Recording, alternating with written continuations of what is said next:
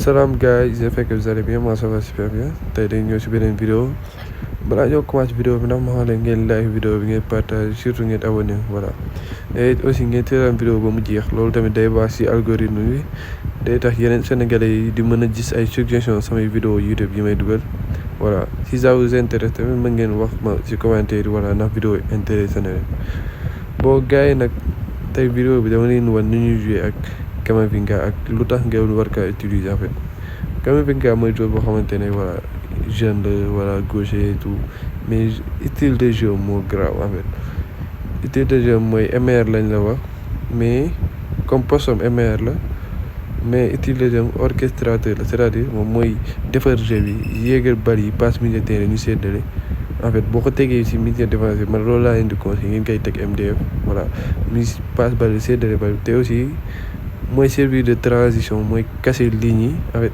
sa adversaire bu amee contre-attaque léegi automatiquement avec moom bu sa défenseur wala moom bu récupérer balle bi parce que mën na récupérer balle yi et tout parce que défensivement voilà dafa pare bu récupérer balle yi et tout day passe automatiquement attaquant yi parce que loolooy difficulté bi am en fait milieu défensif d'habitude yi ñuy am ay Casemiro ay Rodri voilà yi gën a mag ñoom amuñu vitesse amuñu mooy contrôle de balle bu gaaw boobu noo xam ne dañ mën a tuddee ak qualité de passe bi ñoom défensivement la ñuy aay et tout te kii vitesse daf ko am donc comme boo koy défendre c'est facile à manier nga koy wàccee comme booy wàccee contenir et tout wala pressing mun nga ko wàccee contrôler ko facilement voilà mu dem topp joueur comme ay Mbappé genre yooyu noonu comme Mbappé bu yoroon bal moom facilement mën na dem jéem kaa dab wala dab ko sax parce que kii di contrôler ba ak ki dul contrôler bal du bokk voilà te loolu différence ak yeneen MDF yi xam ne ñoom dañoo yéex voilà wala qualité de passe mooy loolu des fois da ngay bëgg am ay transition bu baax mu passe mu jël si dem si défenseur jàmbur wala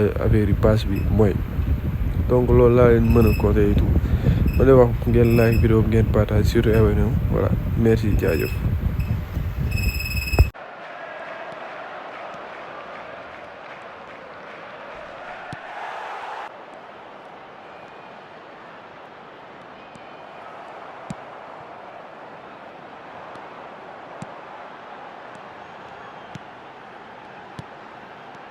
Tiens, derrière lui. Camavinga, le tir. Oh, quelle frappe! Quel bijou!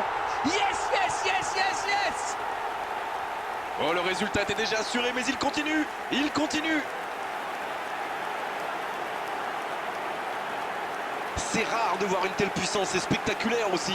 Le gardien l'a bien vu venir, mais il ne pouvait rien faire pour l'empêcher.